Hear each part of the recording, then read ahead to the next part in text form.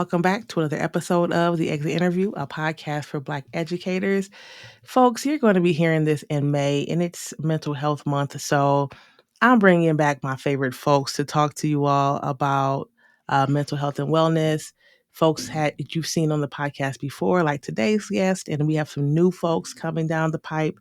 And so just really excited because a big part of the work that we do here is talking about health and wellness, but we also have the Black Educator Wellness Cohort that we support here in Denver. And so it's really important that we get that information out to folks who are listening to us all over the country about what it means to be well. So I brought on one of my favorite people, Stacey Brandon. Stacey and I Yay. were in the same school district for a very long time. She is one of the Yes. reasons why I had to get to scooting out of the district because she's like, hey, it's time to go. And so now we're here so many years after I've left since 2018 and it's 2024. And she's been doing some really dope things since she's retired from being a social worker in the school district. And I wanted to bring her on to talk about how she's supporting mature Black women and their wellness. So welcome to the show, Stacey. Welcome back. Thank you, Asia. I'm so excited to be here, and I'm just so proud of you. I'm just so proud of your Oh, thank success, you. and you can't quantify success, in the ways of the white world. But I mean, what I've seen from you is just pure joy. You know, I love joy, but just to see you shine in this podcast, in the work that you're doing, liberating folks, I'm just elated and so Thank proud you. that you're my friend, and I'm thankful you brought me back. Yes. Yeah. See, Yeah. this is why I love her. She got me cheesing on this Sunday morning while we're recording. Yes. Yeah. Yes. Yeah. Yes. So, I mean, let's just jump right into it. Can you tell us about your personal journey and what led you to focus on supporting community care with mature Black women? Yeah, definitely. I'm gonna try to keep this concise because I talked a lot last time. I tend to talk a lot because what happens to me is I get joyful, and you're hearing me talk about joy, and I just can't contain it. But just very really succinctly, um, I gave Asia advice to leave when I should have been giving my own self advice to leave the district that I was in. But I finally did, and I got to go owe it to Asia too because she kept coaching me up and her favorite question she just asked a guest the other day is, really, para? Are you really like staying because of para? But, I got, I saw the light.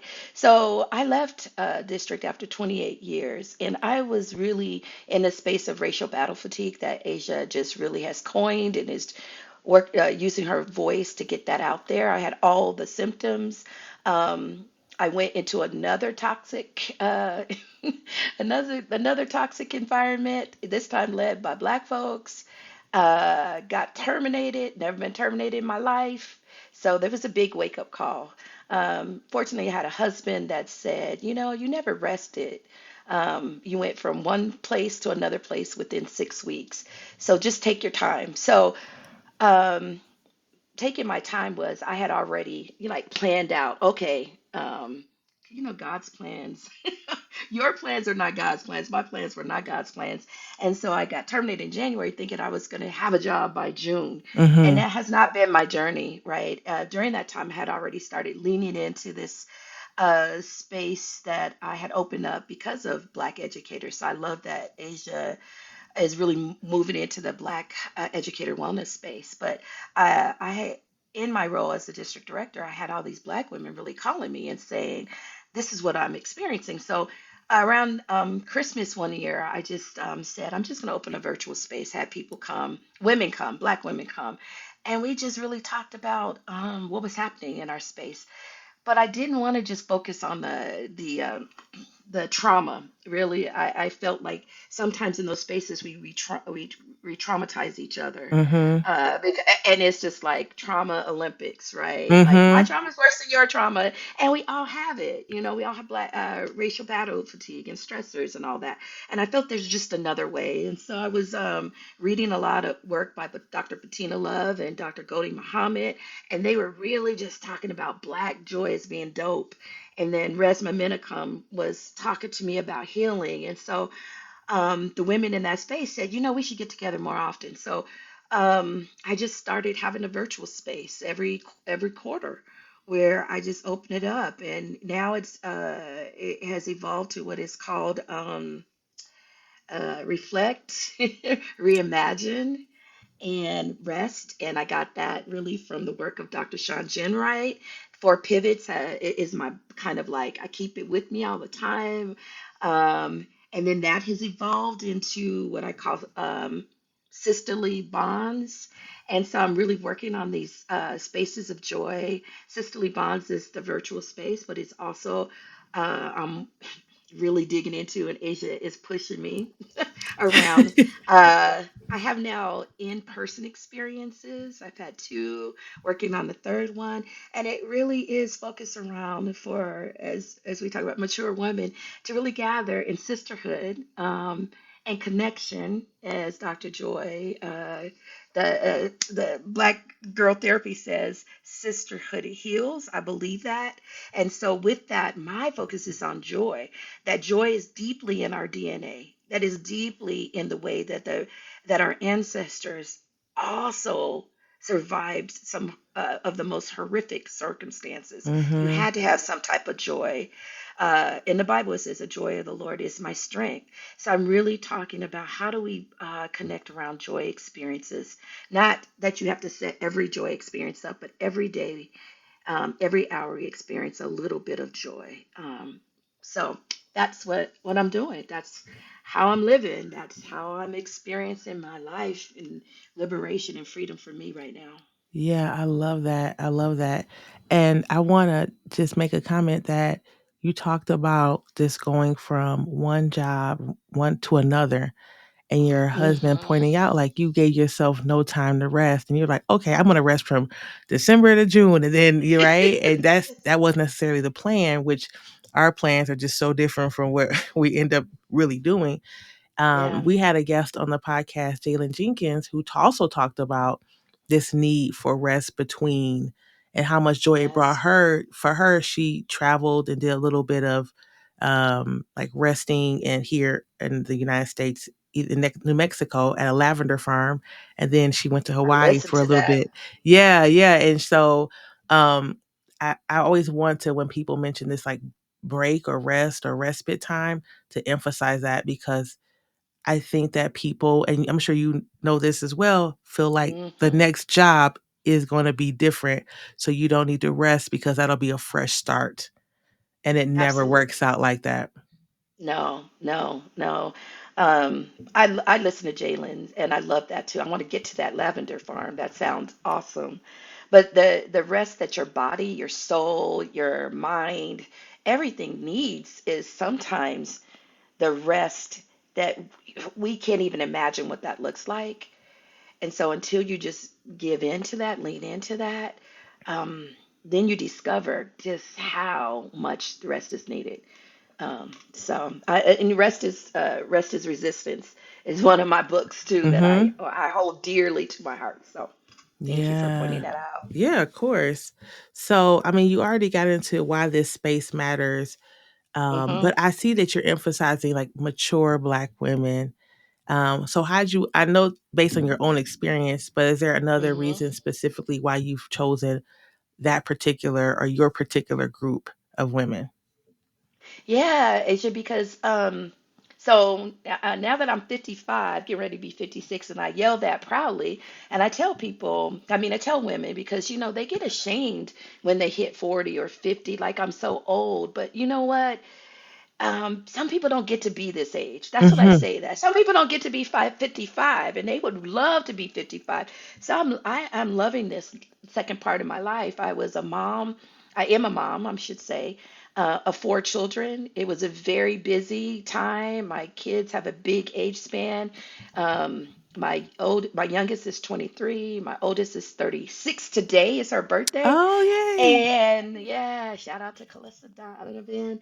Um, and I was a mom for a very long time. I got married early, and then I came to this point. I put 28 years into a school district, gave them everything, and I remember I was still in the district at 50. I was like, okay, what's next, Stacey? What's the second part of your life going to be like? And I think when we as mature women or older women, I like to say mature seasoned, we really get stuck in, we did all this. This was the way we were supposed to do. I followed all the rules. I got into a job that I stayed into almost 30 years, right? So I could get my pension, right? And you Mm-hmm. do all these things. I was the mom, I was at the schools and I did everything for everybody else. And in that time, I lost myself. So that's why I had to go to therapy at 40 and then again at 50, right? And so I felt like this time for mature women is really this unpacking of what we were supposed to do. And then many of us did it. And then we still weren't happy, right? Whatever, how Mm-hmm. you quantify happy, right? But what can the second part of your life really be? And how can you embrace um, being a mom of grown children, or if you don't have children, being, the steward of your life at this moment? I have more days behind me than I have ahead of me, and I want them to be full of just freedom to embrace who I am. And so I wanted to bring that to my space with mature women. I wanted them to find liberation and freedom in just, you know getting rid of the shouldas, especially as Black women. Getting rid of the, if I admit that I can't do it all, that somehow defines me as being weak. If I ask for help, that just that makes me not the strong Black woman that my mom raised me to be. I just want to get rid of all those things, all those constraints, Mm-hmm. and that's what I want to bring to the space that I'm in with the mature women I get to be in connection with. Yeah, I love that. And you're talking about I keep hearing myself say I love that because I do. Yeah, And so me you're too. talking about some of the challenges that you're hearing Hmm. probably with your group and with yourself. And so when these women are gathering in person or when they're gathering online for the quarterly gatherings, what are some ways that you bring this rest and joy into the space so that they can, even for a short amount of time, for some folks can feel that deeply? Like what does that space look like for the people who are with you? Yeah, what I try to bring in is that first, God is the lead of my house, of me, right? So I always invite myself to pray before and really ask Him to give me the words and the wisdom that I need to bring in this space, give me the peace. And so I really walk into my spaces just with that piece of this is what is needed at this time. Secondly, I bring in the ancestors, right? And so I really ask women to put in this space the women that have come before them, both the ones that they are connected to through DNA, but those that are folks that really speak to us as ancestors. So for me, Bell Hooks and Maya Angelou and Audre Lorde is one of the women I just adore. Yes. Not all, and then my grandmothers and my own mother who passed away, just my aunties, right? We all have those aunties that were so critical to us. So I asked them to bring them because we are holding a space with them too as Black women. And then the first question I really ask and is like, what has brought you joy in the last few months? Really? Like we got to ground ourselves in this joy. And it could, like I said, it could be little, it could be big experience. The fact that I get to walk outside and enjoy the sun, that is a joy for me every single day. And I ask them to ground themselves in that. And then one of the things is that because we're on virtual, it's hard to mimic intimacy when you're in connection with people in space. So I really try to go into small groups and because these are women mostly that I know, I really try to feel some connections that they have. I feel like I'm a community connector already, and so I'm trying to get women to just expand. So here's what's interesting. I would say all of us as Black women have been hurt by other Black women. Mhm. So sometimes there's a tendency for us to be like, yeah, I can't go into space with Black women. Black women have hurt me, all these things. I've been hurt by Black women, but I have been loved beyond. Infinity by Black women. So I refuse Yeah. to go into that. So I'm gonna connect you with some Black women, some dope Black women that you are going to feel connected to and love just in that little bit of 90 minutes. And so the women that come out of my space always are like, I didn't know you had this dope friend. Or I didn't know you had this. Yes, because I love Black women. I love being a Black woman. So I want to put you in touch with Black women so that we can love on each other. That's what we need. So anyway, that's what I try to create is a love of Black women, a love of joy, a time where we're not in there talking about all the things we have to go through because there's time and a space for that, but there's a time and a space for us just to be in space connected and in loving on ourselves and loving on each other. So, yeah. Yeah, and this idea, so I've been in the groups before, right? And you definitely Thank communicate you. that. Yeah, and that's in the Mhm. meeting, the Zoom, it feels like everything else around me falls away and I'm right Mhm. there. And you are definitely 100,000% a community connector. You know Yeah. everyone. No, So that's a gift. it is. Hmm. It's a gift. And that joy and loving on Black women and loving on yourself as perfectly. That's exactly right. Along with the Zoom sessions, the online sessions, you also have started doing some out in community sessions. Tell us a little bit about Yeah. that. Yeah, those have been small so far, but you know what? You know, you put your vision out there. So I'm putting my vision out there. Yeah. And I had my first one was a tea because I wanted to be an intimate space at Tea Lee. Shout out Miss Risa down at Tea Lee's. I love her space. I love that you take your time to just be connected around tea. And so I had about five Black women in that space, and they were educators. So it was really good to just connect them around, who are you at this moment? What's your purpose? And even if you don't know your purpose, what are those things that you want to lean into um, that bring you a little bit of joy, right? And so again, joy, joy, joy. You're gonna hear me talk that all the time.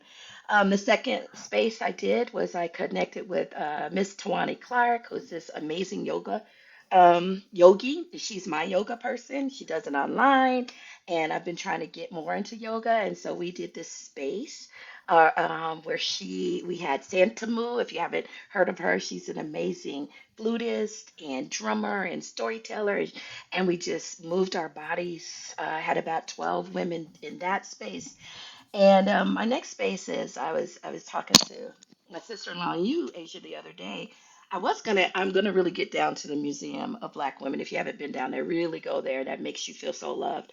So I'm gonna have an experience there. But before that, we're gonna get out in the spring at the end of this month and do the Castle Rock incline.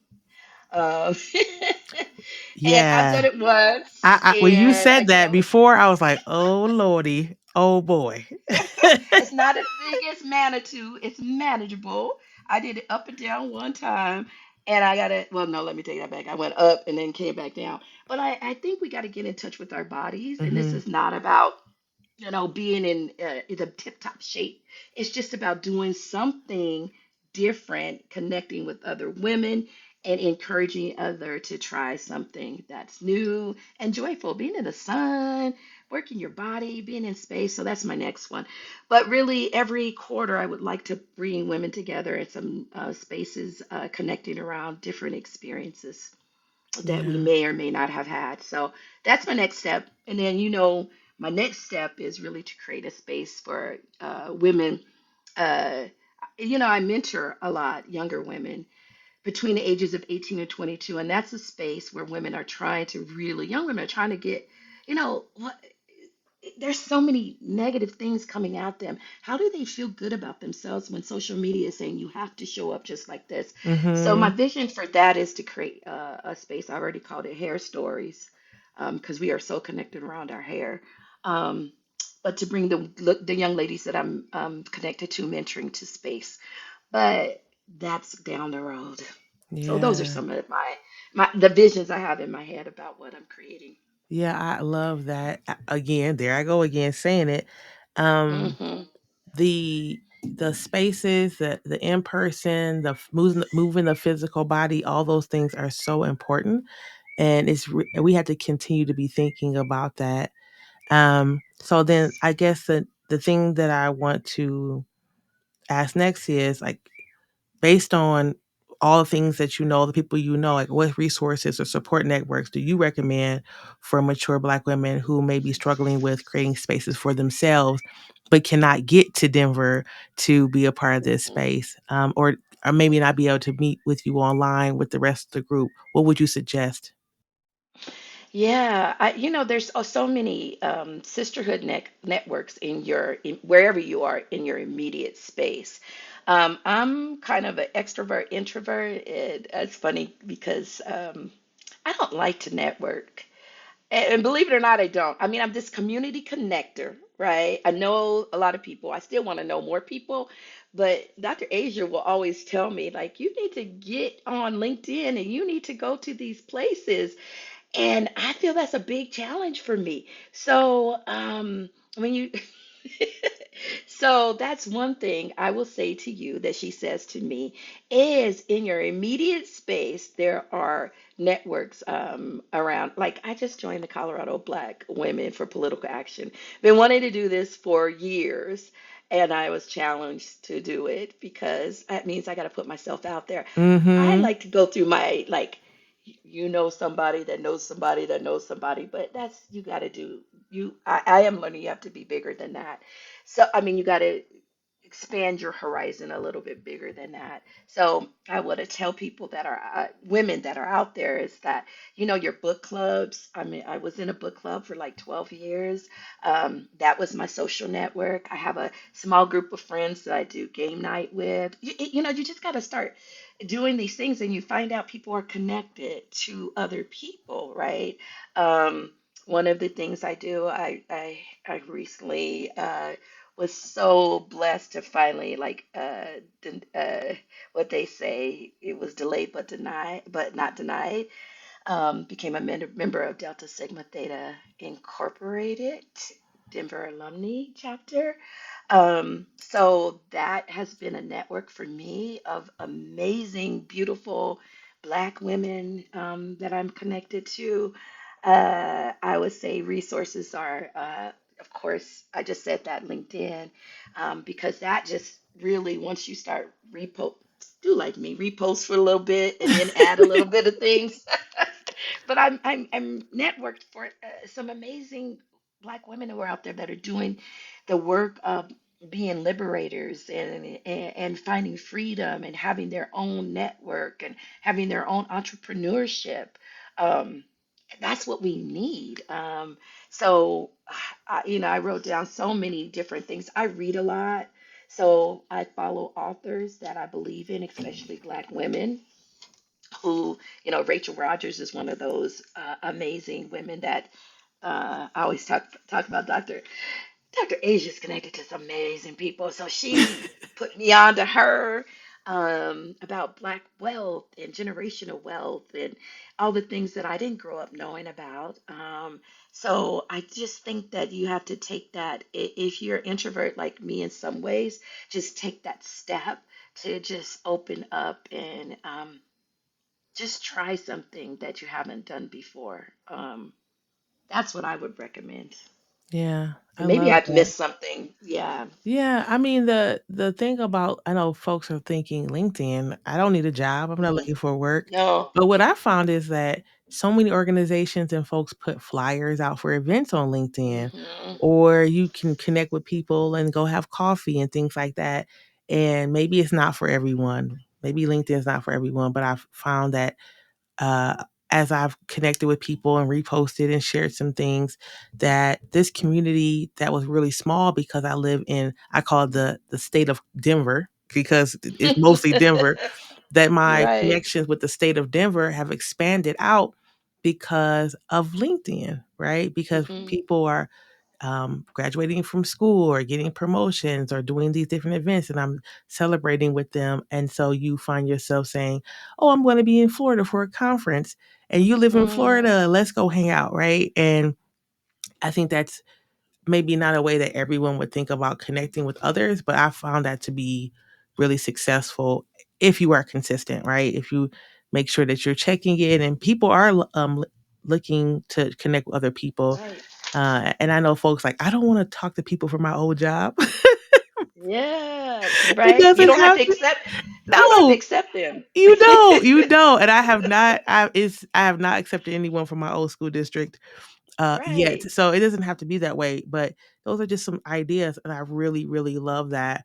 Uh, I think I have a couple more questions. One, how can listeners contribute to supporting the wellness of mature Black women in their families and broader communities if they're listening to this and they're not a mature Black woman? How can they be of support of aunts and mothers and neighbors and coworkers who are mature Black women?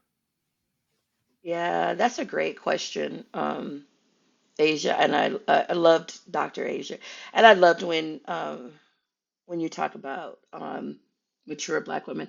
One of the things I think is that, going back to what I said before, is that when we see our aunties and our grandmothers and the mothers of the church, and these women that you look up to, we believe that they have it all together, right?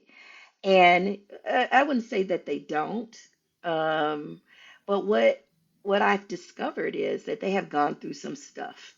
Mhm. They've gone through some stuff, and they got some stories to tell. They have some medicine for you. So when you believe that they have it together, just ask, like, what have you gone through that has brought you to this space where you feel, where you look like, to me, you holding it together. And they will probably sit you down and say, that's what it looks like to you. But let me tell you what I've been through. So Yeah. just being in a space to just ask, just to go and just be in space with women that have seen and lived and been in experiences. That's the biggest thing. Don't shy away from those spaces where you can glean wisdom. Have intergenerational conversations. So not just looking at the women that are like our aunties and our grandmothers. And let me tell you this funny story, Asia. I am a grandma for real. I have Uh-huh. three grandchildren, one on the way. So I was talking to a youth the other day, and you know him, I'll tell you him afterwards. And he asked me if I was coming back to this space that I worked at last year, where I was connecting with kids. And I said, no, I'm not going to be there this summer. And he said, Miss Stacy, you got to be there. You're the grandma of the space. He said, nobody messes with you. Nobody talk back to you. And I was like, oh Lord, uh, I'm truly that, like, grandma of space, right? I'm mhm. still looking in the mirror like, no, no, no, no, I'm not. But to be seen like that says a lot. Says that they see me as somebody that's, because when I think about my grandmas, my aunties, that was somebody that was solid, that was, that you knew you were going to get the truth, that you knew that Mhm. they loved on you, but also held you and held your heart in your hands, like I said, and they saw you. So I thought, oh, that's beautiful. At first I was like, oh, and next I was like, that's beautiful. So, but to be able for him to say that to me means that I created a space where, an intergenerational space where I can have that type of conversation. And I don't try to act like in any way that I know everything. I rely on my young mentees to tell me what's going on, to be open with what I don't know, what I haven't learned, and what I can still glean from. So I think that's what the community can do, is not be shy, not be afraid, not to just be in space with older folks, Mhm. seasoned folks, and just share, this collective ways of share our collective ways of being. Because culturally, there's ways of being that we know that, yes, some of them we have to do away with, but there's so many things that make us as Black folks who we are. And it is something that we need to share with each other and be proud of and love. Like when you go in a place and you hear certain music, right? We don't have that many places in Denver, right? But when I'm like in Atlanta or DC and I walk into a space and they're playing my music and I know how to, flow in that space, just in Ghana, Ghana was the same way, right? Even though it's Mm. Afro beats and it might not be, there was there, that whole space was a place where I just knew how to flow. And Mhm. we got it. I know I went off, but there are ways that we as a community can flow together. Yeah, Hmm. I love that. I love that. Hmm. Um, so in the tradition of our podcast, I have two questions to ask you, two more questions. Right. The first is there a black educator, and I know there is, or multiple black educators that you would like to shout out on this episode, on your episode? Well, the first one, and you know her, Dr. Carolyn Jones, and you shaking your head like you knew I was going to say that. I She's did. everything to me. She's everything to me. And uh, she came into my life when I was 16 years old. I tell everyone she changed the trajectory of my story. It became full circle when I was a director in the office that she started in Cherry Creek Schools. And I love her. I don't talk to her nearly enough, but she was the black educator that first saw me when I was 16 and said to me, "Who do you want to be? Where do you want to go?" And she made college a reality for me. Not that everybody needs to go to college, but it was because of her. So I shout her out anywhere I go. As a black educator, that was the most important person in my life. Other black educators I will shout out are just black women educators that are holding it down Mhm. in systems of racism, Mhm. right? When I think about Black women in that space and what I know to be true is they're fighting every single day to make a difference for not only kids of color, but white kids too. And it's hard, it's challenging. They are constantly on attack. And so, any Black woman who's working in those systems right now, I just shout you out and thank you. Thank you. And when it's time for you to be done, don't feel guilty. Don't feel guilty. Yeah. You've done enough and you can leave. You can leave and you can save yourself. You can leave and you can save yourself. Yes Hmm. to all that. Yes, yes, yes to all that. Because we will stay and say, who's going to replace us? What about the kids? What about, and Rhonda, Rhonda, Mm. her I love episode, Rhonda. yeah, on her episode, she said, my kids need me. They need a mom that's well and that's whole, that's happy, Hmm. right? And even like you said, even if people are not raising children, you need you, right? Yeah. I love that. And Dr. Carolyn Jones, this is a full circle upon full circle because now she works at my daughter's school, right? She's still doing it. She's She's still still doing doing her it. work. Yeah, and I don't know how I found like connect the connection that she was a person you've always talked about, but Hmm. now she's the grandmother of my daughter's school. And I love that for my daughter. Hmm. And I love that for her school because she's an older black woman, mature black woman who is making sure that the folks in her school are taking care of our black children, right? And I see her walking in the Hmm. school, she's doing her thing. I know that she's there to make sure that things are going the way they're supposed to be, that we have equitable education for our black children, that there's representation for our black children. And so, yes, definitely shout out to Dr. Jones and so many black women who are still teaching. And we have this conversation so much about, again, about recruitment or like not enough black men in education. And Right, I'm saying all right. that is true. But in the meantime, while we were trying to recruit black men, black women are holding it down. We are, Absolutely. we are, we are, we Hmm. are. And I think that we need more spaces that focus on black women wellness who are in education because there's just not enough spotlight shown on what we're trying to do while districts are trying to recruit from everywhere and anywhere or make sure that they have enough black male representation, that we're still doing this work and we always have been. Always have been. You think about when we had segregated schools before Brown versus Board, and that's a whole nother conversation. But it was black female educators educating our kids. They're the ones that lost their jobs, right? Mm-hmm. Um, and we are still there fighting every day for just the sanity of our black kids. So thank you. And I love that that's what your work is moving towards, into the black educator wellness um, cohort. You had a cohort, but now you're going to have a whole ways of being, Yeah. The Black your Educator Wellness your wellness Institute. institute. Oh, Yeah.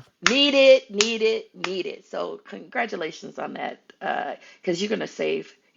Because when you save black women, you save children. So that's I can't wait to see. I cannot wait to see it. I'm gonna be right there, helping, supporting, doing whatever I can. Yeah. Yeah. My last question: what's bringing you joy Hmm. these days, Stacey?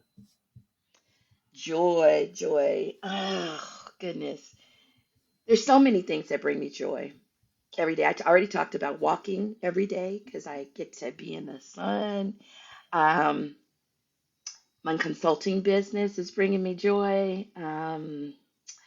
My children every day, they bring me joy. My son is one of the black male educators. I have to say that. I worry about him, but I also know that he's needed in the space that he is my oldest son. So my kids and my grandkids bring me joy every day. Let me tell you, the biggest joy recently, me and my husband of 30 years, our anniversary is June 11th. We actually renewed our vows in Ghana. Nobody knew it. We Yeah. just did it. So that was a big joy. And being Ghana, oh, being home, that was Mm. so much joy. So much joy. So that's a few of the things that are bringing me joy these days. Yes. Yes. Yes. Well, folks, you heard it from Stacy, return guest. If you haven't heard her first episode, go back and listen to it. We'll have all of her information in the show notes that you can contact her, reach out to her via her social media or email if you'd like to. And we thank you so much for being on the show. Thank you so much for the work that you're doing for mature Black women, for me, for Yeah. my daughter, for shout out to Dr. Jones. And we're just going to keep on doing this work, right? Yes, and until I'm on the other side, That's I right. am not letting go of love of Black women. I'm not. I'm not. And joy for Black women and liberation for us as Black women.